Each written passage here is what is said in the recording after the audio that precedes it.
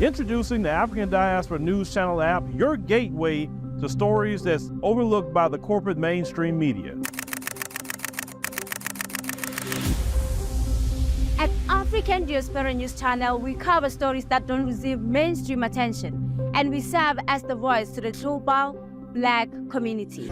We are committed to informing and educating through the power of media, connecting the African diaspora one story at a time. With our platform, we're helping to end injustice by exposing it. Join us in standing for excellence in journalism and serving our community.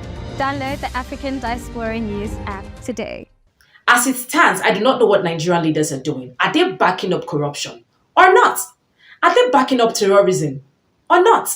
Are they giving wings to these terrorists to fly or not? Because what is happening seems as though they are giving these terrorists a chance to keep doing what they are doing. Now, Sunday Jackson, an Adamawa farmer, was sentenced to death by hanging for defending himself. You heard that right. So he was attacked by a terrorist who had the plan of unaliving him with a knife. But he, thankfully, collected the knife and killed the terrorist. Only for our justice system to say he was wrong. And then they sentenced him to death by hanging. You can imagine. Are they trying to say do not defend yourself against terrorists when they come attack you? Allow them, just stand there, allow them kill you? Is that what they are saying? Let's watch this video. This is really a sad day, I think, for Nigerians and their rights to self-defense. Nigerians already have to provide their own security, electricity, infrastructure, and now they can't even defend themselves without being sentenced to death. And I think all of us should be very alarmed by this very unfortunate precedent.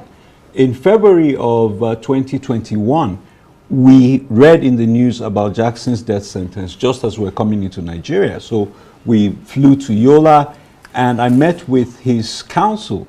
He was so poor that it was Legal Aid Counsel that helped him. And so I looked through a copy of the judgment, and on the spot, in that initial review, I saw that there was a 167-day lapse between the close of arguments and the judgment. Now, our Constitution specifically says it has to be within 90 days. Now, the Legal Aid Counsel hadn't even found it. That shows you the quality of representation that he had or lack thereof. So Mr.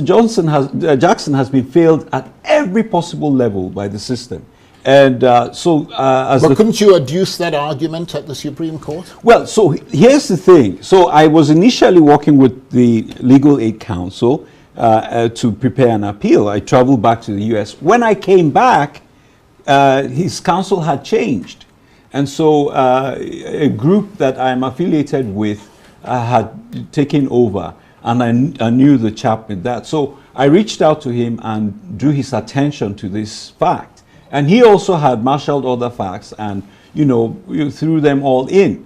But the sad thing is, despite everything, and the case is so clear because this man retrieved the knife of his attacker. So it wasn't his own. Barrister Emmanuel and I have been working for a number of years here in Nigeria on human rights issues, and this is a sad day, Charles, for human rights in Nigeria. Sunday Jackson, and I'm not a lawyer, I'm a human rights advocate. Sunday Jackson, by anyone's estimation, is totally innocent. And the issue where this man was out farming, minding his own business, and then the attacker came and a struggle ensued. And of course, this man is going to defend himself. That's why we call it self-defense.